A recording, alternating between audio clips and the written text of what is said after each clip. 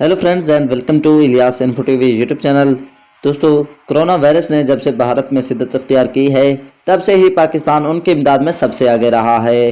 अब Pakistan army, ranger और Punjab police के दस्ते भी भारत को रवाना हो गए हैं। उनकी मुकम्मल वीडियो भी आप लोगों के साथ इस वीडियो में शेयर करते हैं। बट उससे पहले आप लोगों से छोटी सी गुजारिश है कि अगर आप हमारे चैनल पर नए हैं तो प्लीज़ हमारे चैनल को सब्सक्राइब करके बेल आइकन को भी प्रेस कर दें। दोस्तों, जैसा कि आप देख सकते हैं कि पंजाब पुलिस के दस्ते भारत को इमदाद के लिए पहुंच गए हैं। सबसे पहले पाकिस्तान ने एम्बुलेंस और ऑक्सीजन फराहम की, जिसके बाद अब पाकिस्तान ने पाक आर्मी और पंजाब पुलिस समेत रेंजर के दस्तों को भी भारत जाने की हिदायत कर दी है।